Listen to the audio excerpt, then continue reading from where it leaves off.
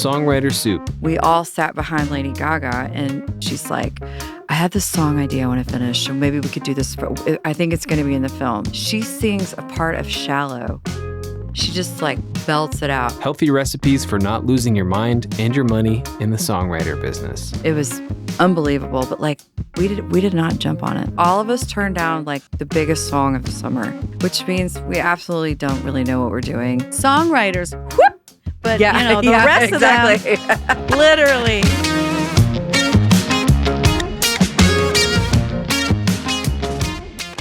Welcome to Songwriter Soup. Welcome. Tracy knows the script. I'm jumping ahead of you. Hey, you've never said it before. I've never said welcome to Songwriter Soup. Tracy, you Laura. killed it.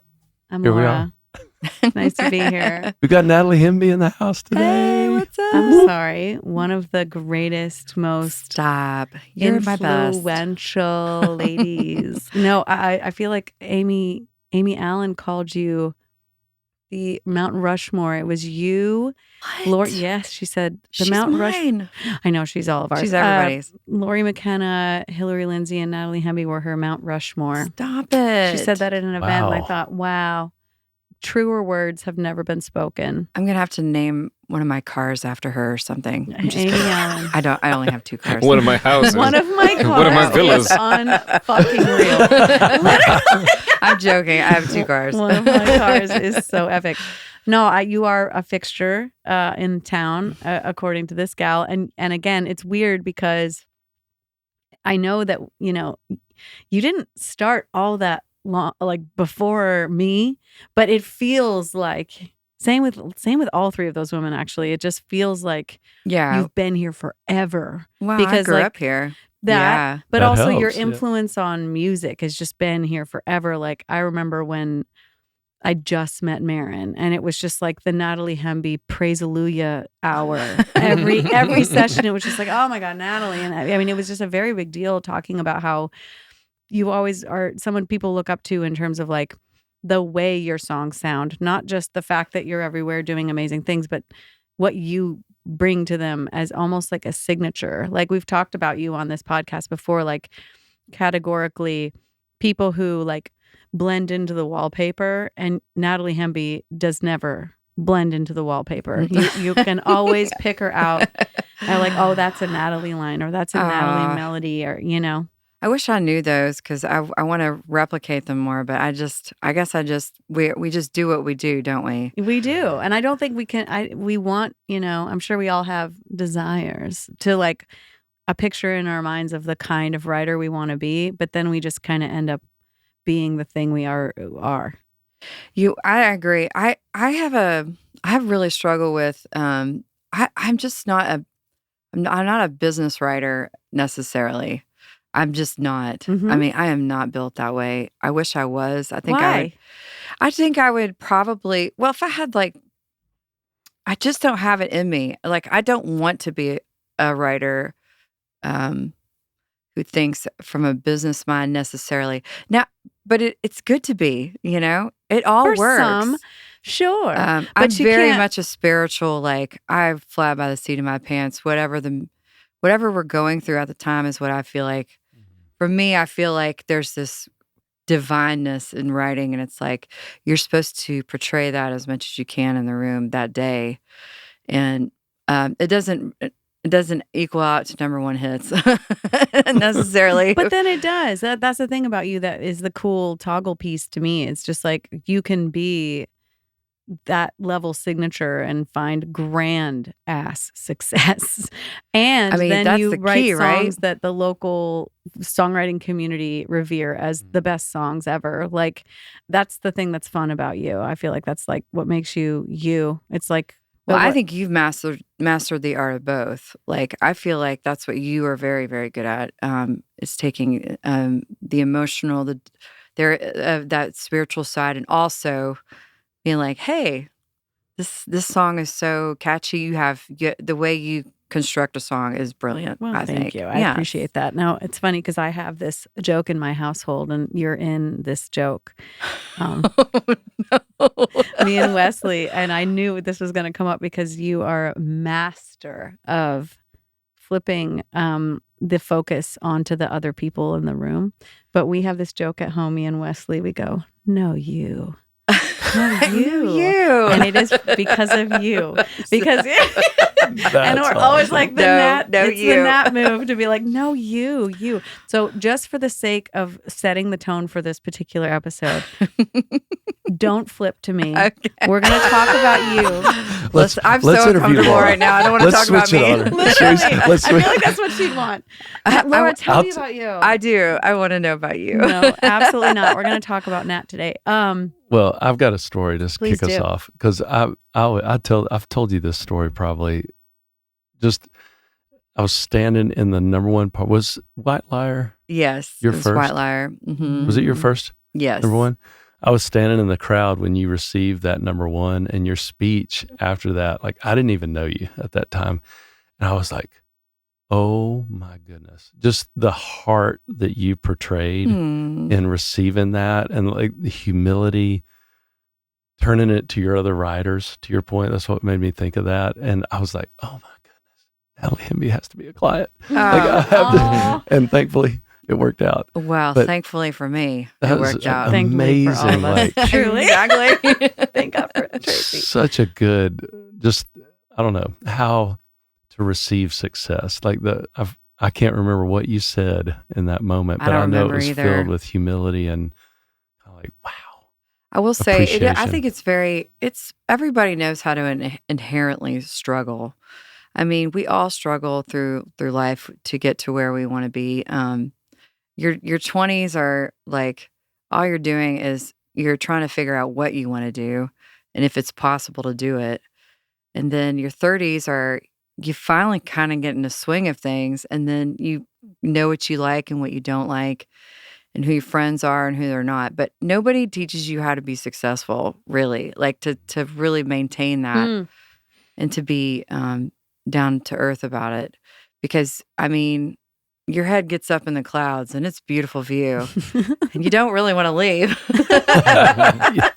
I was wondering to that point, what was the day after like?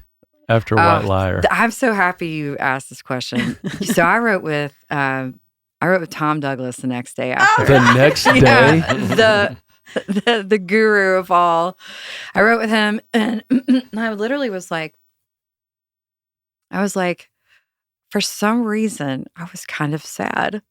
And I said, I don't understand what's wrong with me right now. I should be so, jumping out of my seat. And he said, it's because you think you can't do it again. Yeah. And it's an actual, like, a condition of sorts. I forgot what he called it. Only Tom would know that. No doubt. Yeah. But I wrote with him the day after, and it was just a reminder of like, hey, you got to enjoy every phase of you got to enjoy the struggle. I remember I posted something. It was this cartoon character of a bunch of chefs. They were like cooking, and this boy is like back there, and he's like, I want to be an actor someday. And he's like, yeah, well, we're all actors too here, back here in the kitchen. And I remember posting about it and saying how, hey, there's no harm in having a job while you're trying to pursue your passion. And I remember you commented on it. You're like, that's right. But I basically, though, and then one other thing I wanted to bring up that you said, I know I keep flipping it back to you, but you asked me one day, and it wasn't that long ago, you said, are you having fun yet? Oh, what did you say? And it just hit me, and I'm like, I should be having fun. I've done a lot of things, and it's really changed my perspective on just going to work every day. We're so lucky we get to do this, right? Yeah, I mean, totally. Laura always says, little Natalie would be looking at you going, oh my goodness, I get to do this. You know what I mean? Yeah. Little Natalie would be very proud. I will say too, just as a way to not beat yourself up over not having fun. I think there's a difference between fun and enjoyment. Yeah. And you may not be enjoying the moment, but you can look back later and say, I had fun. Like that struggle was fun, or that like low time that I didn't appreciate was like actually, compared to right now, Mhm. was pretty fun. My husband calls that type 2 fun. I don't know whether I'm Have you heard 100%. about I'm this? type 2 No, fun. I love this. Type 1 fun is like candy, Yes. a Exhilaration, donut, yeah. Christmas morning. Type 1 fun. Climbing a mountain, type 2 fun. Yes. Like you get to do it, or even like a roller coaster for me would be type 2 fun. Like I hate this, but then I did it and I'm like, I did that. Like, and I Yes. feel like type 2 fun is a whole part of this job. However, if type 2 fun exists in the writing room, get the fuck out of this business because it's supposed to be fun in the writing Yeah. room. The rest of it, though, is hard. Struggling is hard. It And is. hoping and dreaming and thinking you could achieve something and then not having the answer, yes, I will, or no, I won't, is stressful. It is. But then once you're past certain little thresholds, like you were saying with White Liar, it's like, you felt one blip of it and then you're like, oh, what if this is all I amount to? Is the next, mountain to climb, I guess. It is. It is. Years ago, I wrote a song with Busby and with Nicole and Miranda, and it's the most depressing song ever. Of course, I loved it. But it's like, what if this is the best you've ever been, Mhm. And that's something that goes through everyone's mind. Mhm. When you've had a little bit of success, especially, it's like, is this all there is? Have you passed through a certain threshold where you look back and you're like, actually, yeah, I have, honestly. I think I've hit some kind of something too where I feel good. I feel great. Yeah. I just actually had a conversation with Mike. We were sitting by a fire outside, and I was just like, is there anything that you have in your life, that you feel like you haven't done yet at our age, Mhm. And he told me a few things, and he said, what about you? And I said, I really don't have anything that if I died tomorrow, I'm so grateful. I've gotten to do so many incredible things and been on such a wild ride. But I do have regrets on, small things concerning family and stuff like that. But I mean, I feel very, very at peace and joyful and thankful that I'm still here and I get to do this. Yeah. And also, I have thought a lot recently about Brett James. Mm-hmm. And you and I talked about this, but like, what would if he had known he was going to pass away, what would he have done differently in the Mhm. last few years of his life? Like, I just always think about Yeah. that. And, for me, writing another song it's part of my DNA. Like, I can't help it. I love to write songs. If it's being forced and I don't enjoy it anymore, then I probably would give it up. But Yeah. as long as that doesn't happen, I'm going to still keep doing it. But I just really, I feel like a nice balance of, like, I don't want to work too much Mhm. because I want to see my family and my Mhm. friends. Mhm. And I don't want to hang out too much because I like to work. Right. So it's just No, a I little think- bit of a balance. Yeah, I'm hitting some sort of weird new chasm Oh, of yeah. that lately where I'm like, wow. I talk a ton about death. I really like looking at I do life through the lens too. of death. Like I think it's a very like comforting thought that It is. you're just as likely to get hit by a bus tomorrow as I am. And if we both know that as a fact, like we don't know the future, am I doing everything I want with the time I have? And I keep saying yes. Like it's been years of me saying, yeah, I'm doing I don't have anything that I wish Same. it feels nice. I think about you through, again, the lens of the fact that you are such an artist, and the fact that you've put out incredible records that I don't know what your metric of success was when you put them out, but if the metric of success is just the millions of plays that you got in my household, That's all I wanted. I I'm recovered doing from a new record. It's funny. I hope it's even You better. are? No way. Are you serious? Yeah, I'm that's making so exciting. a beach record. So, Fabulous. I'm thrilled because the music you put out, like I personally, whether it's music that music people listen to influence what they're writing, that if it were me, I'd be like, wow, that's a massive success. And then of course experience with the Highwomen, which has hit like I'm sure different levels of Oh, pings. it's- Like I know you're an artist. We all know you're an artist. I mean, that's who you are. And so the fact that you've been able to experience that and have like a successful songwriting career in tandem is kind of fucking massive, dude. It's crazy. It's been a wild ride. I mean, I'm so grateful for it. The Highwomen really allowed me to really explore what it's like being an artist. The girls were so awesome of like just ushering me in but also letting me say my piece on different things and also, you know, being able to write the songs for them. That was a real I was very blessed to have them let me be a part of that. I doubt they were letting you. Uh, I think that's a terrible sentence. I brought songs to the table. That's really all I had. I didn't have commercial success. I'm not an artist. I didn't have some big hotshot manager or label or anything. But they gave me such a gift. They gave me a glimpse into a world that I always wanted to be a part of. But to be honest with you, I don't know if my heart could really handle all of it. Yeah. the going ons That's of part of what why it's being an artist. When I'm looking at you, I'm like, wow, you really got it for free.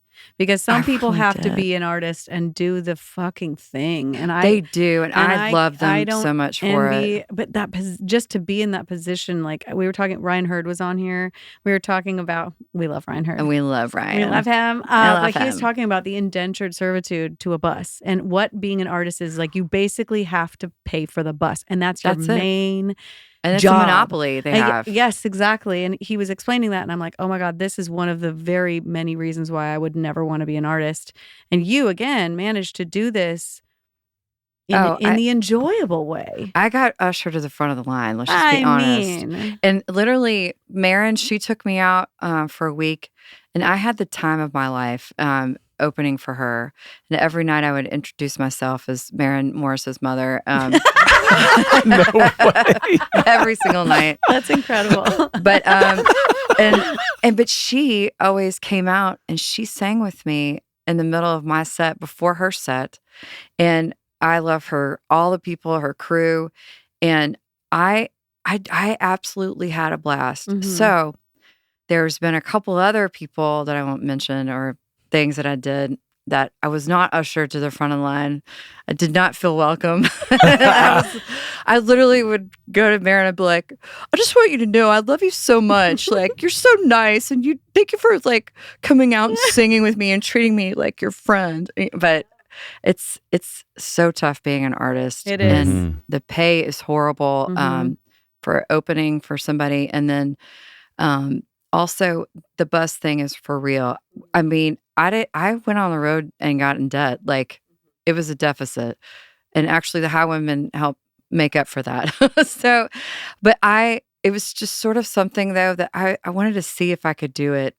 And my husband put together the live show. Mm. Our best friend Mark ran sound for us. Oh, wow. We loved our band so much. It was so much fun, but it was so much work. Mhm. Even if I have been paid a lot of money, it's so much work. And I just really have a newfound respect. I wish people who want to be artists, I wish they could go to like a 2-week long camp of like, This is okay, yeah. this is what it is. Mm. I was in my 40s and I was like, Mom, I ain't getting no van. Mhm. And, but to get a bus, like I had just gotten a bus basically because right after we went on this tour stuff is when they started making people rent buses for a month, Mhm. whether or not you're out on the road. You couldn't just rent it for a weekend. Yeah, they really have a monopoly on the situation. And then there's the 3-year lease and there's the 1-year lease. And it's less expensive to do the 3-year, but then you have to do shows for 3 freaking years, no matter what happens. You get a disease, you have a baby, you still have to do it. You have to do it. Yeah, it's, I don't It's a envy lot. it. I'm glad there's people who like it enough. Same. Thank God they exist.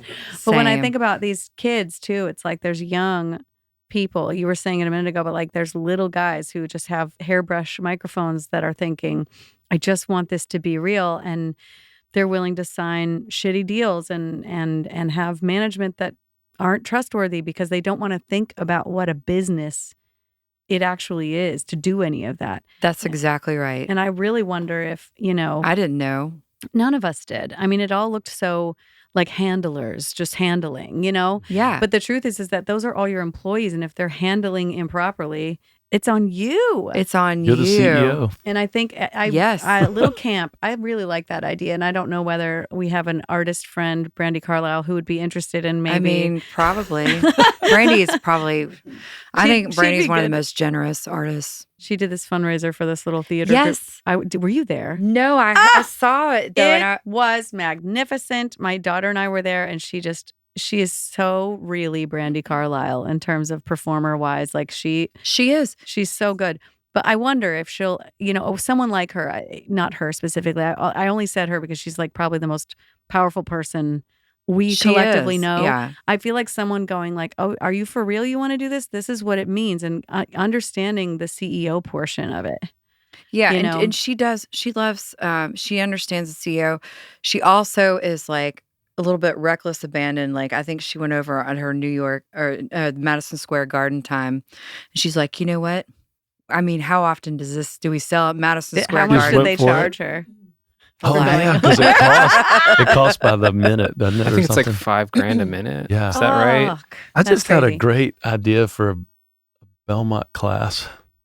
Artist as CEO. Ooh. That's a great idea. Like, okay, Smart. you all want to be artists. Let's get down to it.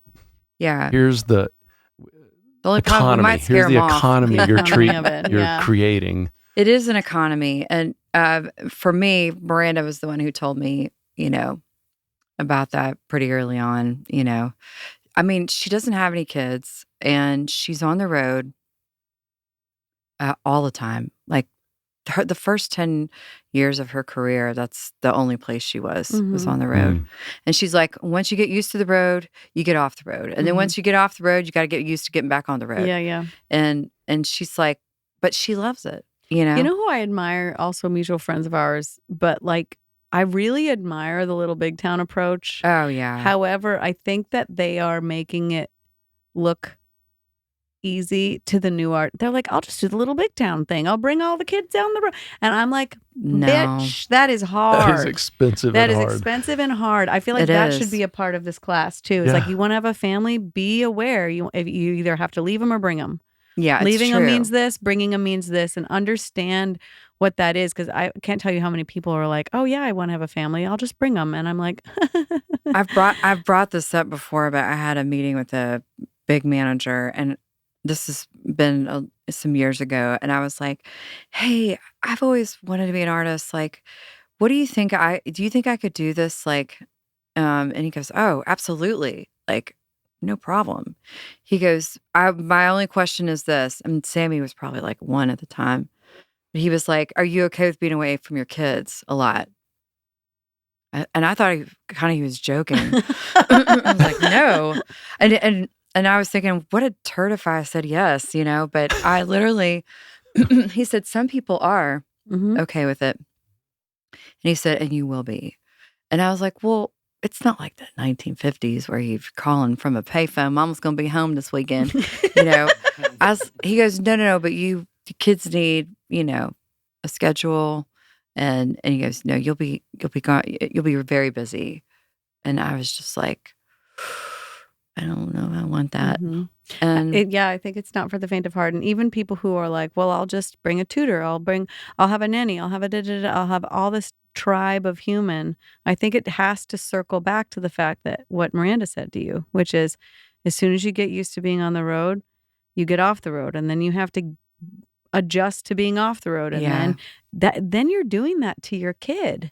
you are. No, it's hard for They them. have to adjust as Kids, well. they need a schedule. They like routine. They really Mhm. do, especially when they're little. I think there's a really nice idea that says I'm taking them on an adventure. And as much as I'm like, yes, that's awesome and cute. An adventure is something you do like a vacation. Hobby. Not a life. That an adventurous life sounds a little bit like my childhood, which was crazy. Yes. And I feel like that's asking a lot of the kids, just as somebody who was that kid, it's asking a lot of the kid to like have friendships that they build and then lose. And then, all those things are hard for Well, kids. and not to mention, also, my dad was a musician. He traveled and he was gone all the time when I was a young girl.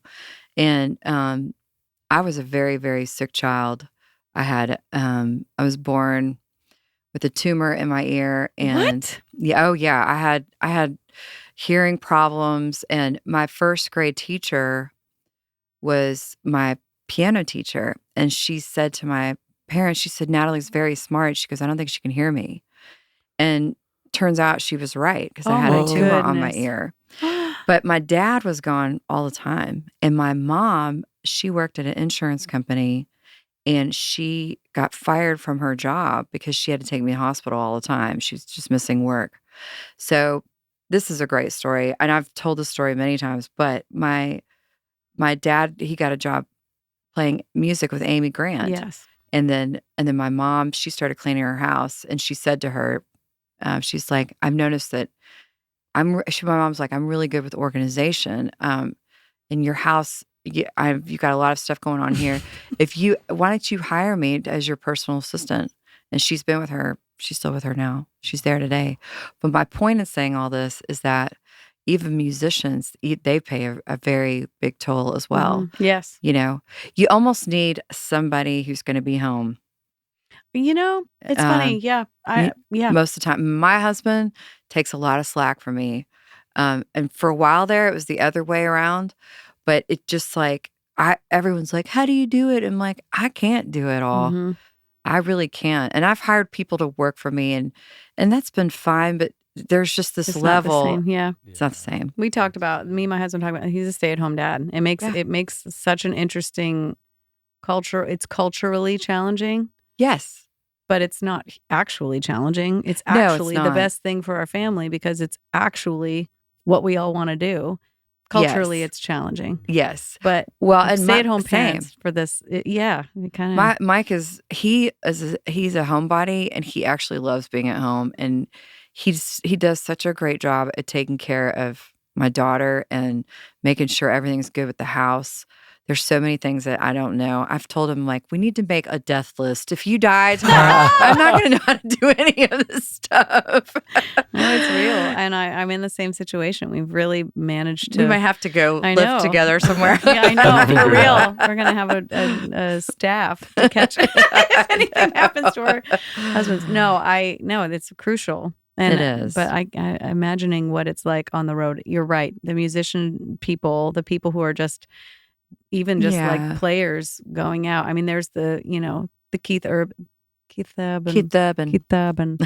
I don't know why we started that. I don't either. There's no origin story to that joke, Nope. but we for some reason started saying Keith Urban.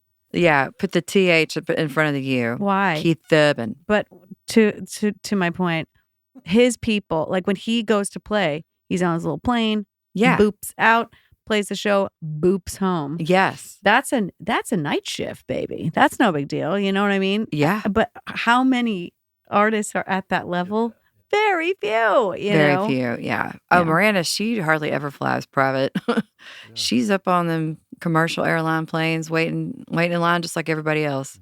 Or she takes a bus a lot too. But Yeah.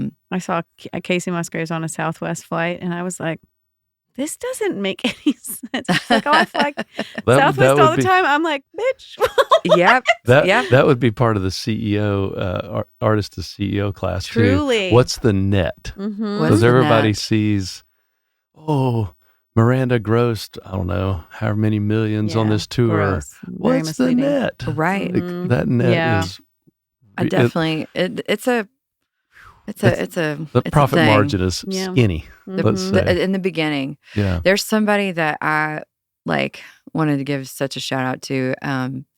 I've written with her a few times, and she's such an amazing songwriter, but she's an artist, like hands down. May Estes, Oh, she hustles like Literally. nobody I know. And literally, I'm not going to say how much it was for, but she literally took a flight, had to drive like 3 hours, took a train to go open a show for somebody. And then it made me mad, honestly. I was like, I wanted to just give her money and be like, just go do it because this is like so incredible. She's such a real one. I feel didn't like do that, but I should have. I want her to win so bad just because I feel like her How I Got Here story would be so insane. Oh, she is the dream. Like Mhm. her voice, her work ethic, her unreal. work ethic, it all has to combine, and Mhm. and I'm just cheering her on. Me too. I'm with you. I love her. So, She's awesome. She's awesome. What are your thinking about balance in the artist songwriter? This is something Yes. we haven't ever talked about really. What's your vision for this new record? Like as you make a record today, as a successful songwriter, tasted touring, and now putting out the next record, where does that come from, and what are you thinking? You know, it comes from, I mean, it's a lot of energy to put out a record, especially on your own. It can take away from it, you know, doing this project, or if you do anything too much, it takes away from the other. And so it is a little bit of a thing. The biggest balance that I try to do is I try to take my summers off, because most of the time artists are on the road, and just be a mom and like don't do like just free my brain, read a bunch of books, live life, you know, Yeah. and gather. It's the gather season, but as far as a record goes, it's so funny. I'm probably one of the few people in the world where I don't really want my record to be really successful. Oh my God, if it blows up, I'm in trouble. Yes, because I know, because most of it is not about the music. It's about all the promotion that goes in before, and, you know, doing thousands of TikToks and doing these little, my record's coming out, and I'm like, I know it's exhausting for artists to do that. And I absolutely hate it because it's self-promotion. Oh God. This podcast is my first taste of self-promotion, and I'm like, I can't stand it, but I want to do it because I care about this. It's my first like taste of like, I'm doing this because I love the thing I'm selling. Yes. Not because I have any interest in selling me. I just love the thing I made. Like I can identify some version of that. Like you have to. And I secretly want to be like Feist and all, like my record comes out, everybody can't wait to listen to it. And of course, like I would love that, but I don't want to, I can't do the big artist promotion. Would I love to go open for Marin again? Yes. And go do, but I got a teenage daughter.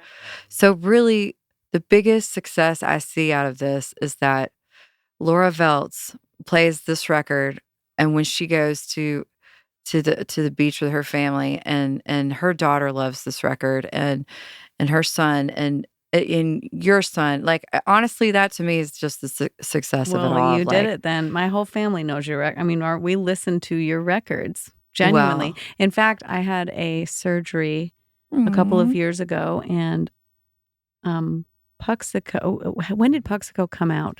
Puxico came out in 2017. That's about right. Yeah. I say it a couple minutes ago because it still feels like a couple minutes ago, but right? That's when I like almost 10 years ago. That was a big surgery that I had to just be in bed for a little while. And your record, Puxico has two levels of appreciation: sober listener and drugged out of her mind. That's perfect. And I've sober listened since, but my first introduction to your record was me just literally like in a bed, loop-de-loo, floating and listening to your record. And it just became a fixture in our house. Pins and Needles, we listen to it all the time. Oh, my kids know your music, which is so fun for me. That makes me so. Oh, it's fun for me. I'll do a concert for them. Oh my God, that'd be so and then cute. I'll go home. No, it's exciting. That is a neat measure of success. I wish every artist had kind of the ability to. I do too. You know, because it's like it's hard to. That's so pure, but that's really what it is. I can only do it from a pure place, and I like for the beach record. I was telling Tracy, I'm like, you know, everybody, whenever they get their first big check or whatever, they always have a dream of what they would buy with it. And ours has always been a beach house. Not one of those concrete sleeps 30 people. I mean, like a beach bungalow. Yeah. And we bought one, and it has brought us so much joy. I call it the refuge, but and literally this whole record is about my perspective of what it's like actually finally going to when I step foot on the sand. It's like so spiritual to me, but it's also fun, and it's like it's very sentimental. I'm such a sentimental person. You think? You so are. Another thing I always think of you, there's a few like Nat sort of like signature things. Another thing I think of you and talk about you regularly is demo jail. Oh yeah, demo. Well, that's when I'm drinking. So Demo jail. if you give me some wine, I'm like, oh my God, I gotta play this song. But I learned something from you with that, which is that you knew probably before I did at the time of us like being in that situation where you're playing demo after demo and she's going, oh my God, you have to hear this one. Oh my God, do you like that one? Because if you like that one, you're going to love this. And it would just be like, I'm going to play demos. I think at that point I was just like, wow, she must really like her demos.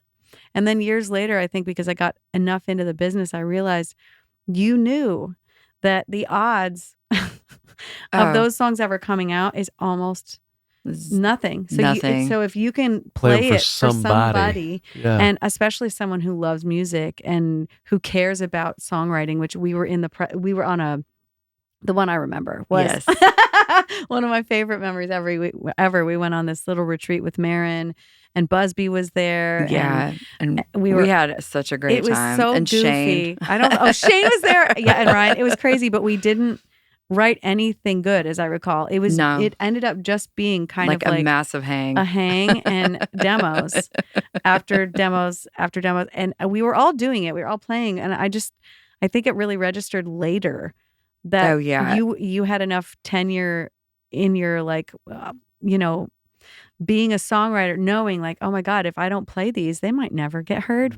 Well, Marin, she tells me all the time that The Bees was one of her favorite songs. She found the demo and I was like, well, girl, let me play some more songs. Like I literally, but I think that's the really, if you don't love your songs, like why should anyone else love them, And honestly, I have so many songs. I have a lot of great, I know you do too. We all do. We all have amazing songs that nobody's heard before. No one's heard. Yeah. I think that's maybe the hardest part of this job. Like, and I think that at first you would get a little luck or you have like a pop of like a run or something and you're like, I remember Jaron Johnson, when I first wrote with him, he had this like confidence that was just so hysterical looking back. He'd be like, oh, this is going to get cut. It's going to get cut. Oh, totally. Just so sure. And that song has never had a breath of a hold.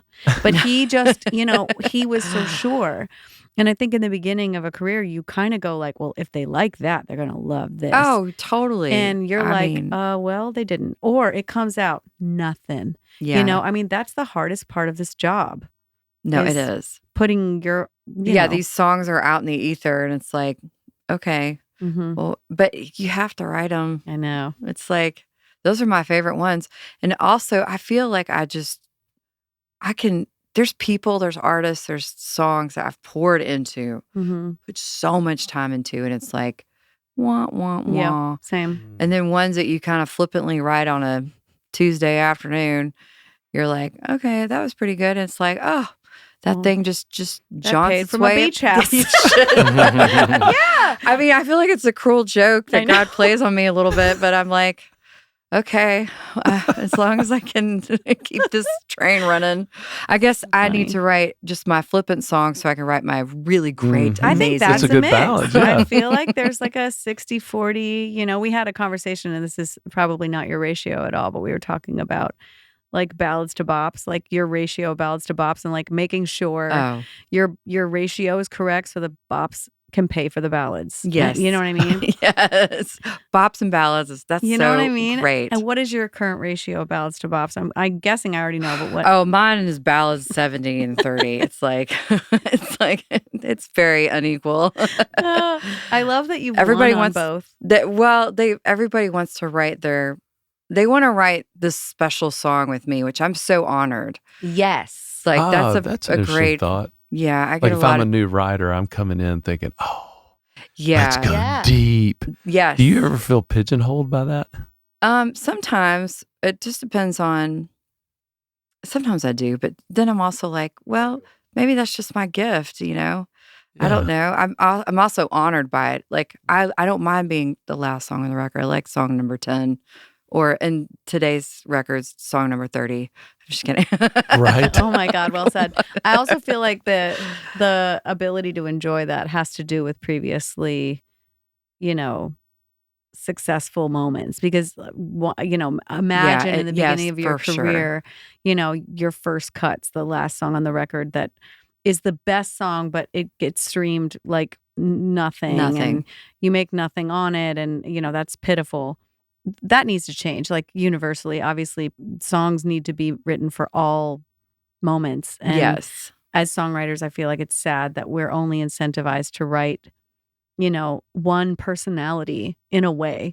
Oh, it's because there's so much competition, and you know, I mean, that's basically why. It's, you know, you're right. I would not probably be saying that if I hadn't had success I think beforehand. it was something we talked about with Shane. Like, it's not fair. Like, it's actually not fair at all. isn't fair that, you know, we earn the right. My stomach is I like, loved it. my stomach is chiming in. That's right. It's not fair. I'm hungry. It's lunchtime. We talked about it with Shane with just songs he's written that are like his best songs, you know. Yes. Rainbow, probably with you, you know, let's be real. mean, that's been one of my, that's my favorite song I've ever been a part of. It's a magical song. It is, with him and Kacey. Mhm.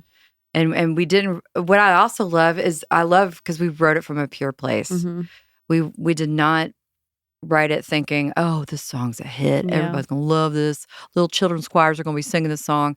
This was like, we were all having a bad day. We wrote the song. And then she was going to put it for pageant material, and it did not go with that record. But it was a great song for Golden Hour. It was perfect. Mhm. Yeah. I remember when that record came out, you told me, and it's funny because I think previous version of Natalie, demo jail Natalie, I was just like, Natalie loves the record. Got it. You know, but you said, no, it's different. This is different. We were writing with Luke, I think. Yeah. Luke Dick. And you were like, no, this record is different. This is something else. This is something else. It really and was. It was. Yeah. What a record. We talk about it on, like, I feel It like, comes up a ton. seriously, Kacey Musgraves comes up more often on this podcast than anyone, I think. I think the way. Well, and because she kind of found her own way to do it, you know. Yeah. She started with country radio, and it took on a path of its own, but she followed the path. And not everybody does. Mhm. You know, I can think of somebody right now that I thought was an incredible, more of an indie artist, and they're trying to do the country thing, and it just didn't make any sense. Yeah.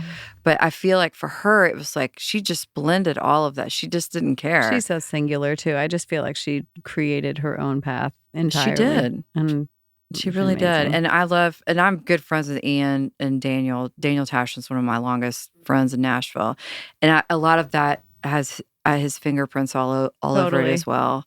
I just know it from, he's one of those people I can recognize one of his songs. Yeah, 100%. So- 100%.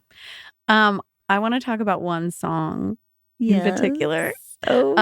Mainly because it's the lore that this isn't your favorite song in the world. And oh no. And I'm artist is guessing gonna be like, I've never cut one of her songs good. Forget it. No, I think they all would appreciate this about you because it's just so goofy. But you know, my commercial brain was like, this is one of the best songs ever written, like ever. And I just remember you going, "Oh my god!" And it's Pontoon. Oh, I actually have you grown to appreciate? Oh no, I love it. Okay, good. Like I'm basically like an 80s character actor who is like known for, you know, this one character they played.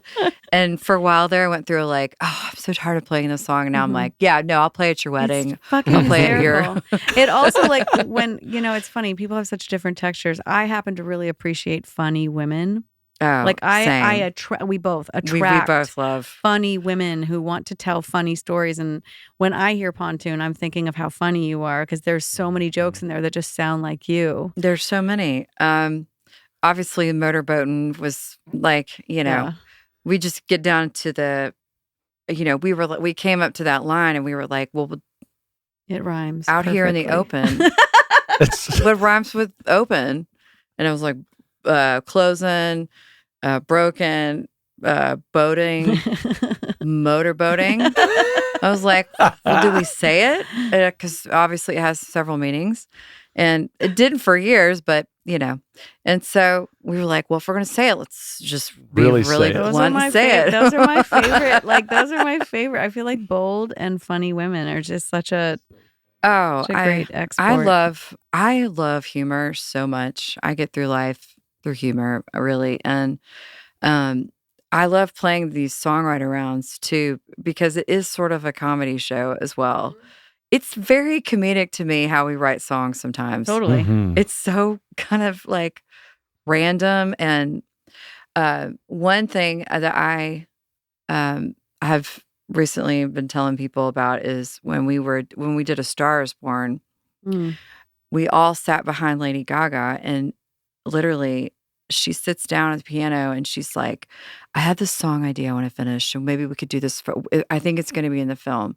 And she's like, but maybe we could finish this today. And it was me and Aaron Ratier, Hillary Lindsay, Lori McKenna, Lucas Nelson, and Dave Cobb. That's a lot of people. How many songwriters does it take? Well, literally, she sings a part of Shallow. She just like belts it out, and it was unbelievable. But like we did not jump on it. Mhm. All of us turned down like the biggest song of the summer, which means we absolutely don't really know what we're doing. But I always in my show, I always That's say so like, funny. but we wrote the second best song on the record. That kills me, and so true. I mean, it's so true. There, Yeah. you would never. It's a crapshoot. It is a crapshoot. And you just like to throw the craps. I mean, you do. Maybe you just keep throwing. You do, and it's fun to see what sticks. That's Truly. great. I'm still processing all the best ears in the business sitting I around know, that song. really makes me It's- laugh. I that's wouldn't amazing. have known. Oh, I didn't get that song when it came out. I was like, sure. The one I was like, oh, there it is I will always remember us this way. That's the one. well, it's because we had read the script and like, we knew kind of where it was going to go, so it kind of made sense to write it for that. But Shallow was just sort of like, when the shallow, Yeah. it's like it just kind of, I don't know. It made sense to a lot of people. Oh, Songwriters, whoop. But yeah, the rest exactly. of them, literally. Not the songwriters. Yeah, not the Wow. songwriters, but I mean, that's how you know you don't know shit. You really don't, honestly. Go ahead. I have things, but go ahead. I've got this ever since we started talking about the beach house, I've been like, when did that dream pop up? Was it the very beginning?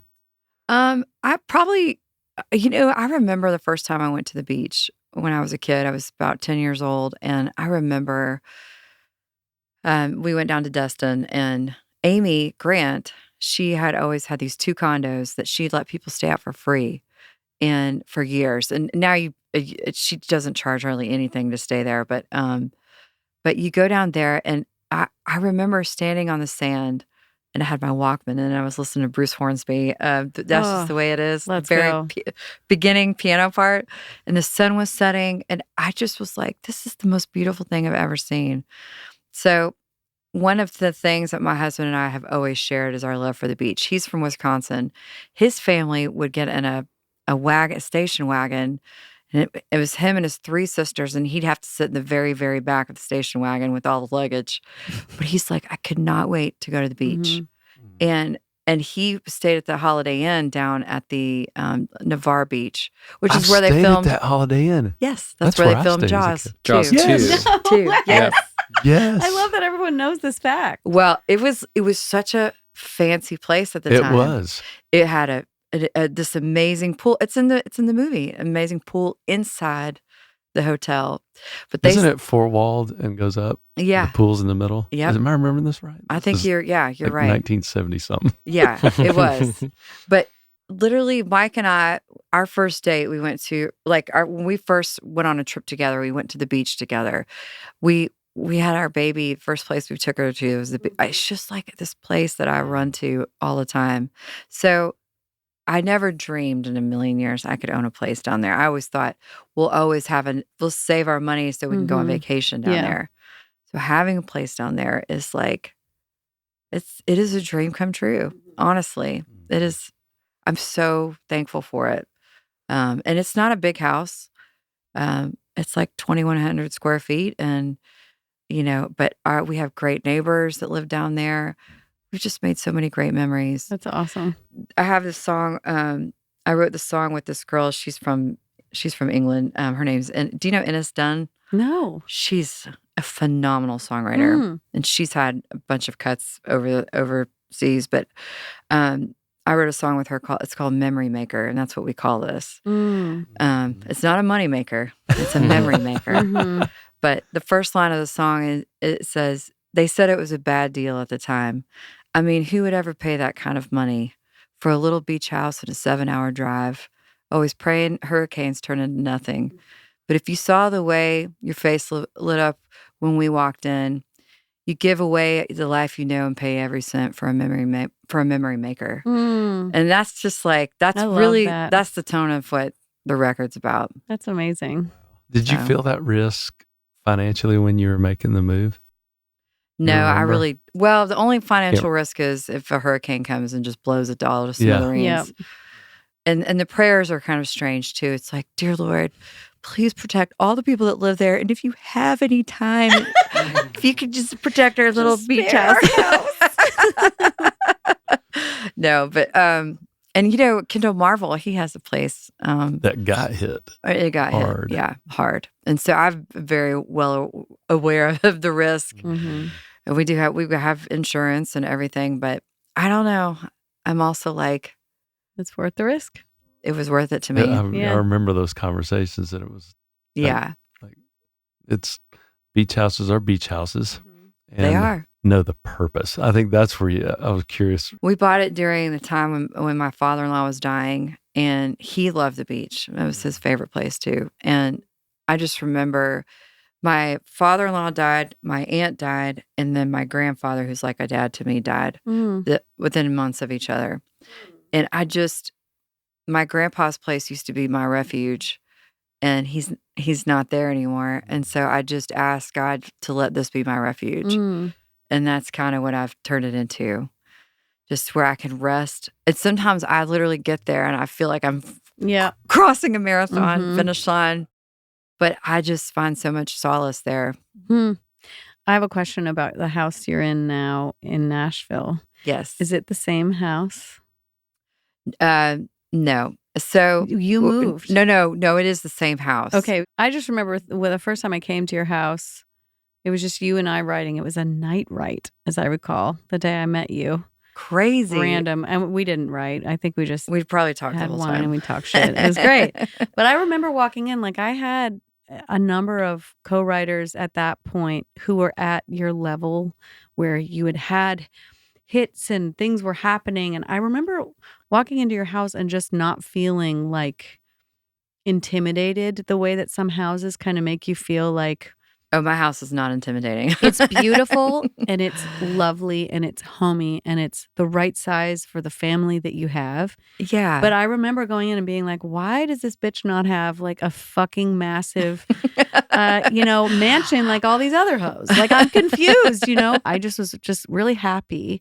I don't know that one of us just lived in a house, in a house on a street that looked like a house and wasn't an intimidation, box. Because I think that that's an interesting choice that's made by a lot of us. And hey, if your passion is having a big ass house, go nuts. But I think the fact that you have to, is kind of a thing. Everyone kind of scurries out to the same neighborhood, and they do, and I think it's sweet of us in one way, and I'm always just admiring those of us who just kind of keep it simple. The other thing is too is I grew up around a lot of 90s incredibly successful artists, managers, songwriters They all had big houses. They all had really expensive cars. And as they got older, they ran out of money or they, um, had to downsize just because it didn't make any sense Yes. because it costs a lot of money to take care of that shit. Precisely. It costs money to keep money. And I've always known that. And I remember Sammy Jo had a friend over one time, bless her heart, and she was little. She was just a little girl. She goes, "Your house isn't very big." And I said, "Well, you know what?" I said, you have like 6 people in your family. It's like, it's just the 3 of us. Mm-hmm. I said, I don't want to like yell for Sammy Jo and not know where she is. Yeah. I was like, I don't want an intercom system either. That Right. can go bad Oh my in a God. few years. Right. When I was a little kid, walking into really wealthy people's houses was very scary. I always felt sort of dirty or like I didn't belong there or that I was going to do something wrong. So when we got our house, it was like the intention was to make sure kids could come in and never feel like, oh God, because I just hated that feeling as a kid. I think I share that sentiment as well, but mine was different. You know what? I grew up going to Amy's house, and her house was huge, and she would be gone on the road, and I literally would just go in her drawers and go put on a bathing suit, and literally it would be hanging off me. Like I had no boobs or anything. Like be hanging off me as a kid, and I go swim in her ponds.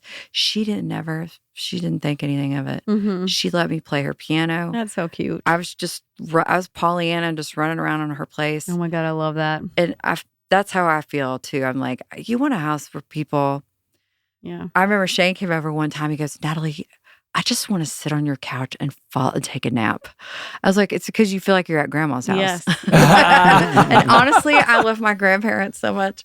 And that's really what I want my house to feel like. You're at grandma's house. That homey feeling. Yeah. Yes. And then to win, I mean, I'm not trying to, podcast host this moment, but the fact that Crowded Table, like the fact that that's one that got embraced by someone like you is such an interesting and fair, totally kind of a moment for me, just knowing you. Wow. Like I quoted you just recently. Like it was Thanksgiving a couple days ago, and my husband's aunt was setting the table, and she was talking about how it looked too crowded, and I was like, "Don't you know that song? Don't you know that song? Don't you?" And she hadn't heard it, and I was like, "Well, pull it up," and we just listened to Crowded Table, was setting the table, and everyone was crammed in. And I was like, isn't that what you want? Like, the reason it's crowded is because we have more members. That's right. Isn't that lovely? You want that. And boy, didn't we want that so badly during COVID. And that's all I wanted, is to be close to everybody.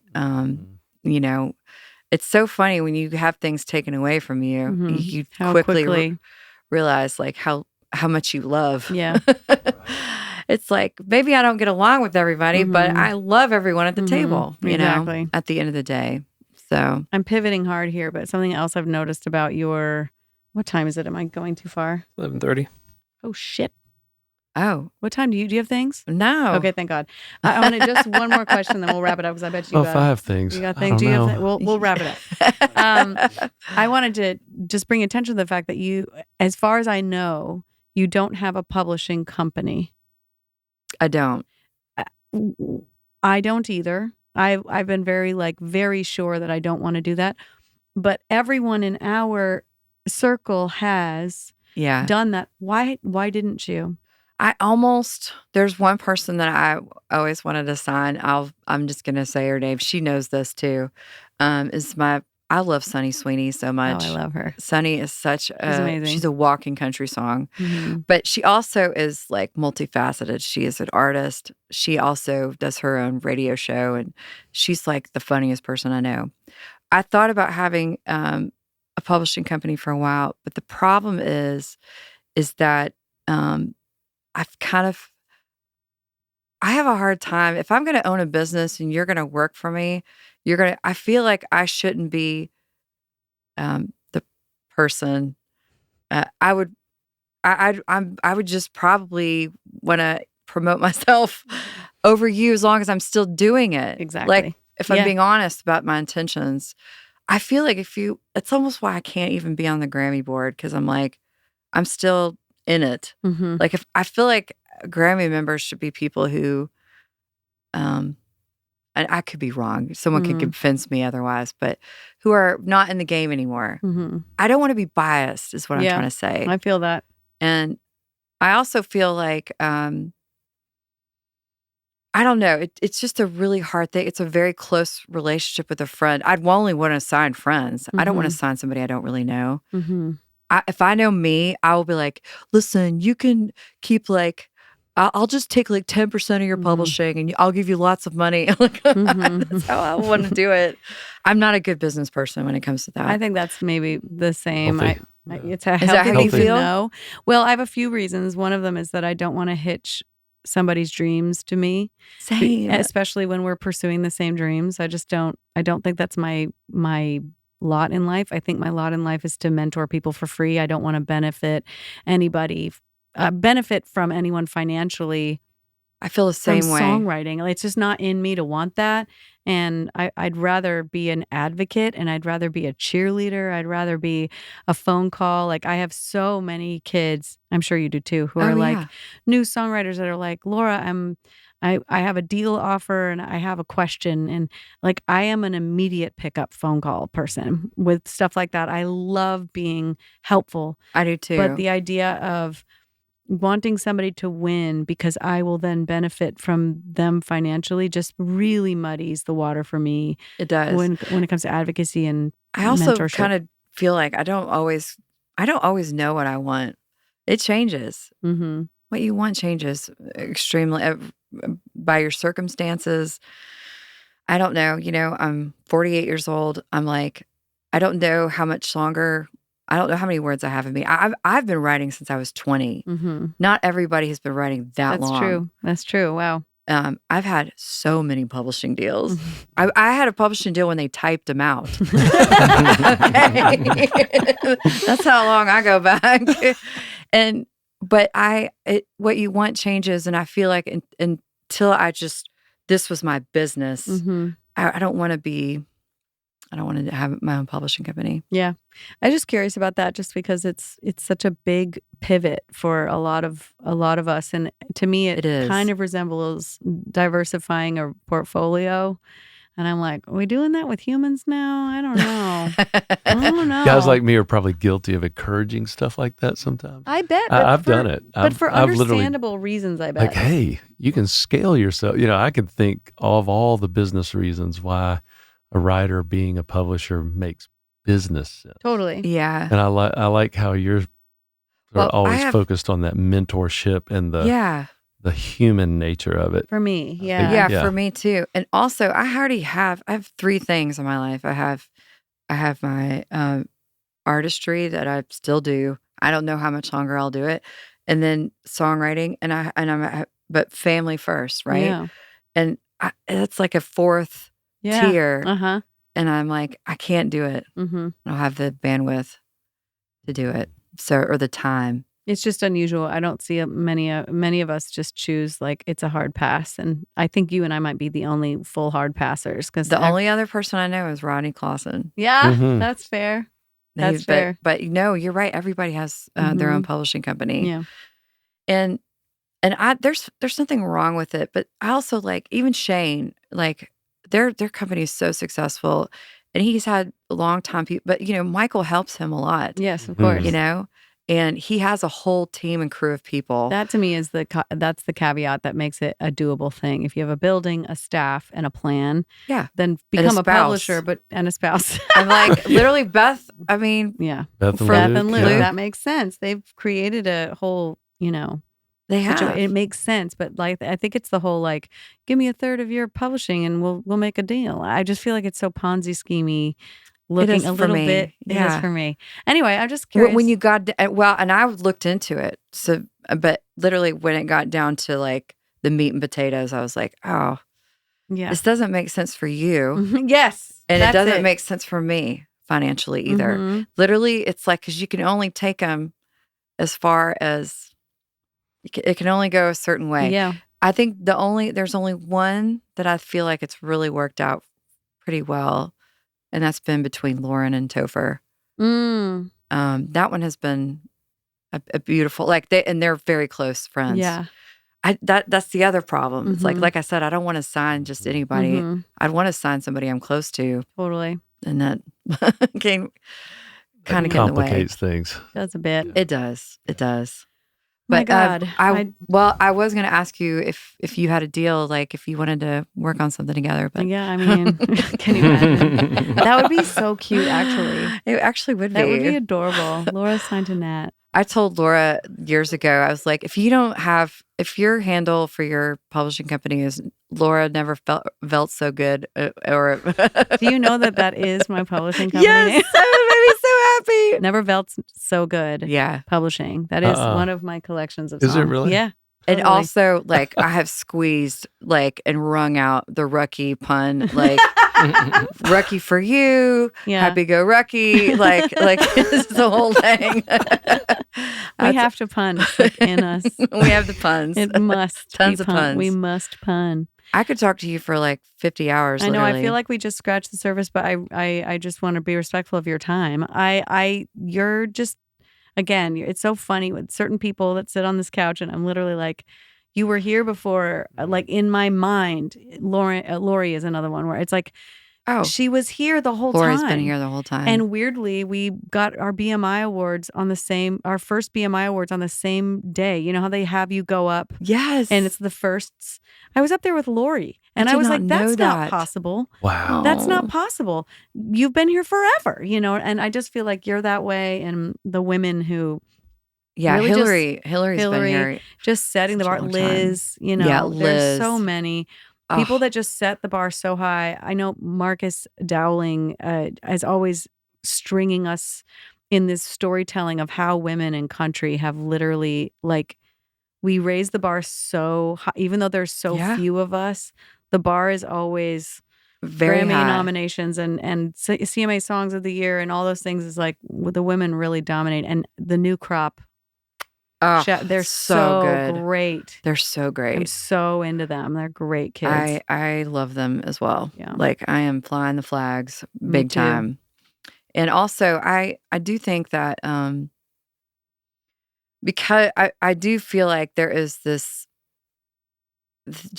incredible storytelling side of a lot of women in country music that it's just so fascinating to me, and it's been fun to watch all these different stories take flight. My recent one that I've had has been with Caitlin Butts. I And can't believe you wrote that song, by the way. I found this out the other day. yes, And I was like, of course that bitch is on the best Well- song of all time. I think it's the best song of the year. thank you for saying. I love that song so much. I love it. And I love her. And I saw her I at the love BMI. I her. fangirled so hard. I was like, you're so much you taller than I was guys expecting. would be besties. She's adorable. She's so lovely. It was her idea, but this is one of those instances where she was like, "I've been saving this idea to play for you," and I was Mhm. like, "Yes, Yeah. For real. Thank you." Right. Has that song charted at all on I think radio? it charted in the 50s. It's such a bummer. I wish it would. Oh, it is a bummer because it was a cultural shift. It's, you know what? I love signature songs. Mm. I was just talking to somebody about this the other day. I do think Ella's song, "Excuse Me." Unbelievable. I mean, that's Yeah. Aaron, and Ellen Riley, but I feel like that's a signature song. 100%. Pontoon was a signature song. It sure was. And then this was her signature song, I think, Caitlin's. I just hope she keeps. Yeah, she's a hard I literally worker. begged her on the red carpet. I'm like, stay this way. Don't Yeah. let them get to you. No. You're so cool and weird and interesting and risky. Just stay this Yes. way. And she's just precious. I loved. So tall. So surprisingly so. just beautiful. Unbelievable. And her husband is such a sweetheart. Oh Aw. my gosh, she's so wonderful. So, Well, Natalie. well, thank you for having me. Thanks This for was being like here. such a just a mood booster from. I mean, if I'm feeling down in the dumps, I'm going to do another. Come on back, baby. No, you're wonderful. You're wonderful. I love you so too. Grateful so for your much. time and your influence on the American Songbook. Period. Thank you for having me. Both of you are shaping our town in such amazing ways, and I'm grateful for you both. Thank you. So thanks. I hope Yes. so. I hope so.